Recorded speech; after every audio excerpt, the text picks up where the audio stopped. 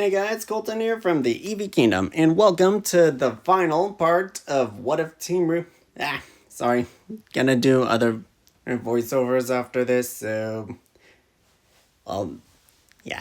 Anyways, it's to What If RWBY had the omnitrix. And I say final part, despite the last part of this series ending at Volume 4, is because I'm gonna go through the next four volumes in this one part. No, I'm not getting tired of doing this one and wanting to end it early. It's just, honestly, if I did it the original way I planned, where it was gonna be this part and then another part after, honestly, one of the parts would be shorter than the others, and not the normal length of my YouTube videos. A lot shorter, because not much really changes in Volume 5. It's shocking me. And I've been thinking a lot more for the later parts than, well, later volumes. So I just thought, why not do it here? And since I'm gonna go through all the remaining four parts, not including Volume 9, because I don't need to do that. This is gonna be an extra long video, so hopefully you guys enjoy. And how long? I don't know, 25 to 30 minutes? If it's longer, well, it will be one of my longest videos. That's for sure. Anyways, in the last part, I only went over 3 fights that would really change. And not really the outcome, just how it would mostly go. And yeah, that's pretty much all. Oh yeah, and the fact that Weiss was with Team Ranger. So everything Weiss was doing in Volume 4 didn't happen. Anyways, back to the where we left off. As I already said, not much really changes. The only changes I could really see is that, well, Weiss isn't captured by Ravens in his tribe, so there's no reunion between Yang and Weiss at that point. Ozpin would probably tell RWBY to focus on her hand-to-hand a little more without the watch. And honestly, thinking more about it, I think RWBY has a better hand-to-hand record, due to many of her aliens requiring hand-to-hand, and rather than weapon fighting. But she can still improve. And the only other change I see is RWBY turning into forearms to handle Team Ender's brute. Only because he's being a difficult opponent. Other than that, I don't think she would go alien and right away, and Weiss would still get stabbed, RWBY would activate her silver eyes, as they would both be knocked out. Weiss would still get her slight power up from John, and RWBY would just wake up, then, as I already mentioned, forearms. And that's all that would change in Volume 5. So, not much, really.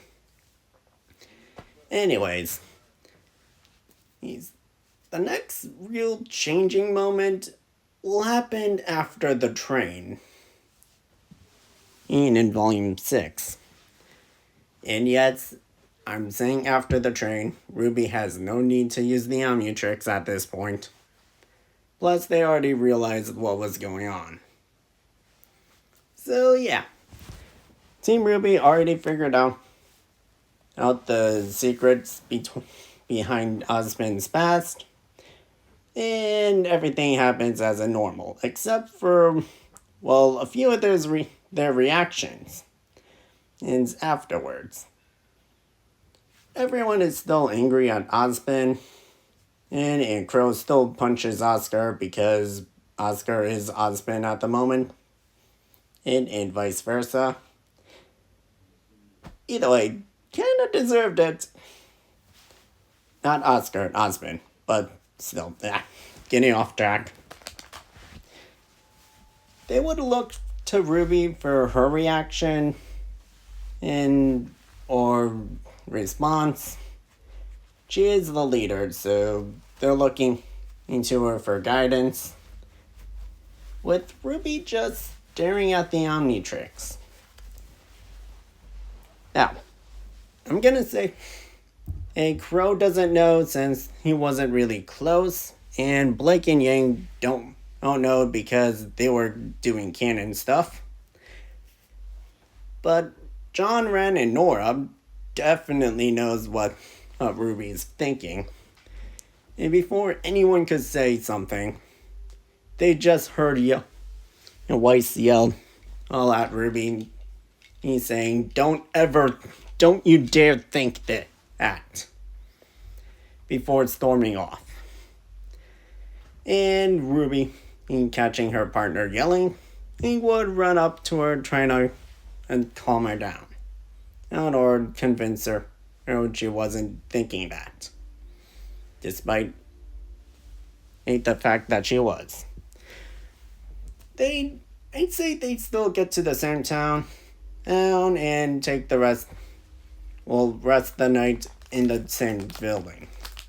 Yeah.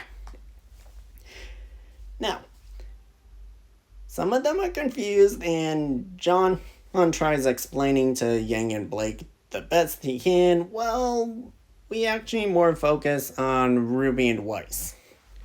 Weiss is currently in a room, calming down, and RWBY's trying to help calm her down. Which, honestly, in my mind, leads to a sweet moment where Weiss is just telling RWBY how worried she is. And the last time she tried that alien, and Weiss didn't recognize her. In fact, she wasn't even responding to anything. Weiss was worried that she was gonna lose her partner. And RWBY promises that would never happen. And I'm just gonna say it here, last part, so why not? I think this is a sweet moment, and I'm gonna go with White Rose for this trip, because honestly, the moments here, they spent the most time together. And also, I really like the idea of Weiss being worried, and RWBY trying to comfort her, then Weiss just confesses, leading to a sweet kiss under the moonlight, and coming through the window. I think it's sweet. But yeah, RWBY afterwards would promise Weiss that she won't try using that alien, unless it's the last resort. And everything else would go as canon. I've been thinking about how the apathy would affect RWBY, but sadly, I don't think the omnitrix would activate its failsafe if just because RWBY loses the will to do anything. I mean, if she's near death, it will definitely kick in, but Blake was the one in more danger. So she would still activate her silver eyes, and the rest of Volume 6 would go pretty close to canon, especially with RWBY trying to learn how to use her silver eyes. Now, we get to Volume 7. And if you remember from Part 3, RWBY saved Penny's life. So, it doesn't really change the fact that Penny is still the savior of Atlas, or at least protector of Atlas. But it means her father isn't coughing up as bad, and also if she ever gets broken, he could at least fix her one more time. Maybe not with all the parts RWBY had to scavenge up as gray matter, but enough to at least repair her. And yeah, they become professional huntresses, and everything else goes as close to canon as possible. I will only say this. During many of their missions, RWBY is using the omnitrix to either help lighten loads or make things go faster. She has a variety of aliens at her disposal. And I'm not going over every single alien RWBY has under her belt now. There is at least 1 million aliens in the Omnitrix, and we only know a handful for certain. Also, I just learned today that apparently there's a Ben10 play, and that introduces 3 other aliens.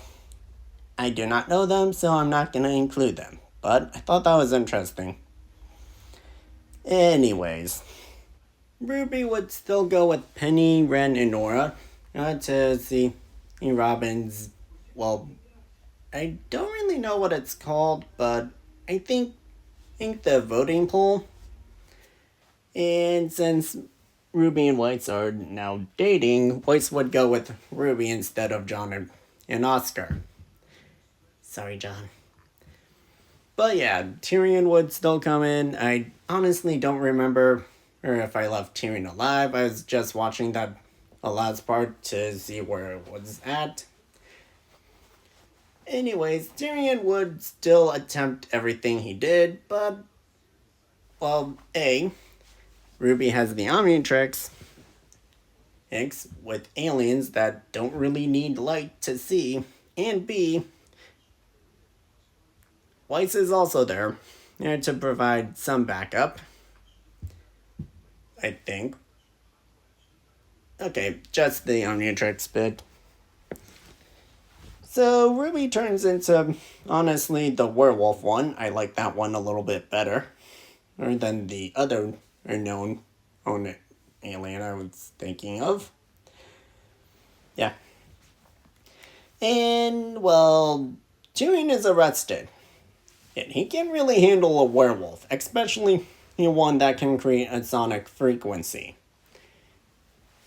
So, either captured or very injured, at least. And honestly, everything else would go as canon. And I don't really see a huge reason for any of it not to happen. But I do want to at least mention the reason for why Team RWBY is wanted. And it's because after everything that happened and with Ironwood, and he did kind of go crazy in Volume 8, so it's in character.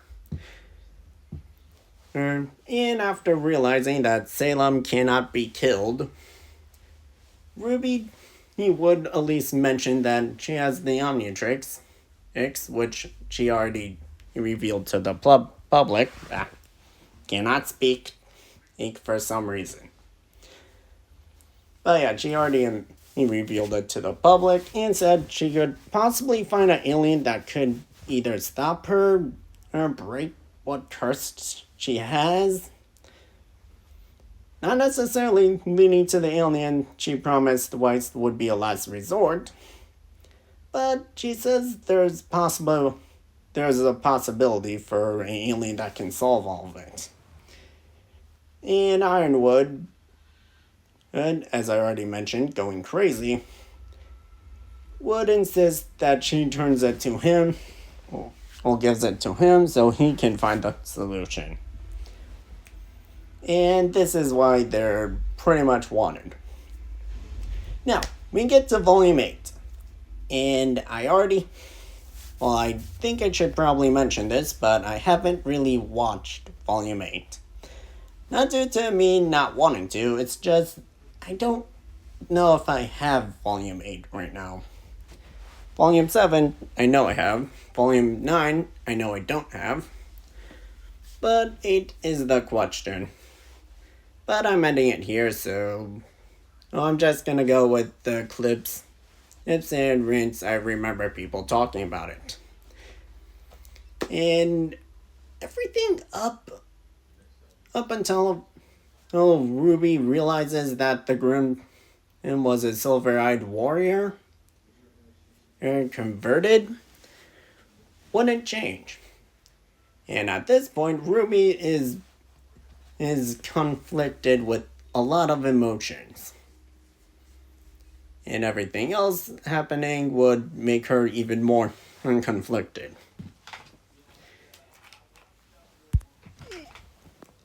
So when we get to Team RWBY trying to figure out a plan, in which relates to finding the relic to get everyone out of Atlas, RWBY kind of had enough. Especially with realizing that they would let Atlas burn from Salem because they couldn't do anything. And also realizing the sacrifice Emerald's friend made aimed to at least save her and Oscar. I think they escaped together. RWBY would honestly think there might be a better option, but at this point, this is the only one. And asks Emerald to lead her to where Salem would be. Now, I also remembered, I don't think I mentioned anything about Cinder in this video, but she's doing her own thing, and everything close to canon. I think Neo and Roman are arrested at this point, so she would just have to find a different way into Atlas. But anyways, yeah, RWBY, he insists on finding Salem, and Weiss knows what she's planning on doing. Trying to convince her girlfriend not to let her do it. RWBY, he gives a speech confirming that it might be the only way. And trying to calm her team down. Which only leads to Weiss insisting that she comes to keep her safe until she's able to use it. Or to get a hold of it. I know what I'm trying to say. Which also leads to Yang and Blake agreeing. So they head over through any secret passages, or Salem just letting them. And Salem gives a speech about how RWBY's going to fail, and her team's gonna all suffer. All because she is trying to stop her. Which RWBY, he wouldn't say anything. And at first. Or getting the watch on. And then telling Salem that this is over. Before slamming down on the dial. Revealing that the alien I've been leading to is Alien X. Before anyone says, there could be other ideas. Yes, I know there could be, but let's be fair, Alien X is the best choice. It's due to reality writing. So yeah, RWBY is not in control of this form whatsoever. Hence why I mentioned in White's not wanting her to be in it, because as of it. So the rest of the Team RWBY are in the middle of trying to hold Salem back from getting near RWBY, hoping that she can gain control. While RWBY's in the middle of her mindscape discussion. And I'm not going to go over what she tells them, but mostly it's about on how she's not going to give up until she can save her friends and home. And that Salem did eventually get given immortality by two people trying to pretend to be gods. Which I think might lead to Alien X's other two personalities to agree with RWBY.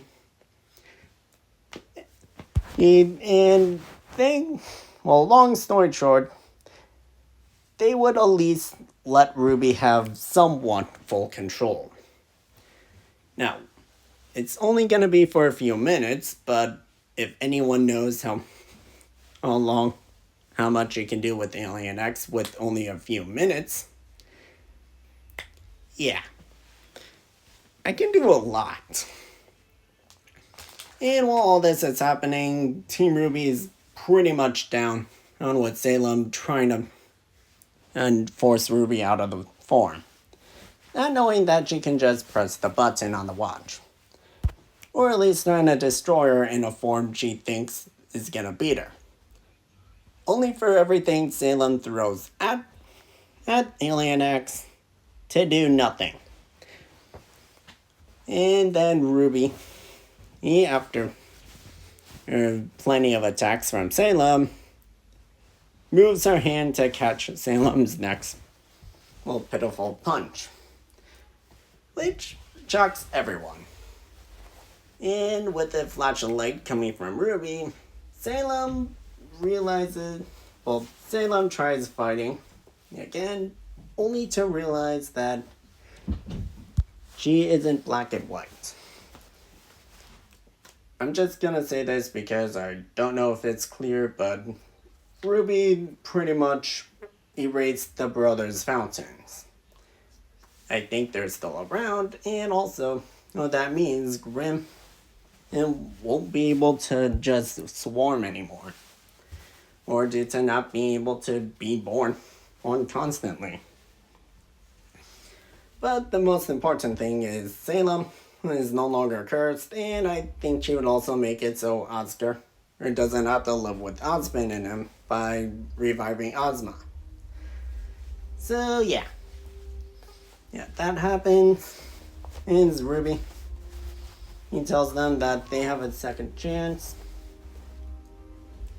And Cinder's here because she would probably be here at this point. And yeah, a lot will happen. Cinder tries fighting Ruby, but they at least manage to escape. The Orca is no longer under Salem's control. I think it's an Orca. Whatever the carrier Grimm was. As Ozma and Salem are able to at least destroy it, and while destroying themselves in the process, along with Cinder, because honestly, I didn't have any plans for her after this, and even when I remembered, I was gonna go this route anyways. So yeah, Salem's destroyed. There's no need to go find the other relics or maidens. And yeah, story's over. Here, all the relationships that happen, and Blake and Yang get together. And I'm gonna at least end this video with one more jump forward. And this is years after the events. It's where he appeared, we'll pop back in at a cabin in the woods. It's similar to where Ruby and Yang lived, but with the chini semblance in somewhere on the house. We see a young girl around who just turned 10 this year. With white and red hair. Everyone in Team RWBY Ranger and all of Ruby's friends are there. And celebrating Ruby and Weiss's daughter's birthday. Hey, for everyone's information, I decided on the name Rose Schnee to combine both of their last names. Anyways, Yang asks Weiss where Ruby is, and like it was planned, if it was planned out, right as Yang says that, a black and blue streak comes in the house, revealing it to be accelerate as Ruby times out. Out with a gift in her hand. And Rose opens it to reveal a prototype omnitrix. And yeah, I'm going the Ben10 and ending the route. I just think it's a nice moment. Anyways, I'm finally done with this part. This is definitely a lot longer than I originally planned. And I'm getting exhausted talking in this long. Anyways, I hope you enjoyed the video. Sorry for slapping a lot. Well, clapping a lot. I just trying to keep my focus on this while not thinking of anything else. I hope you enjoyed this what if. I'm gonna make a community poll for my next what if I'll be doing.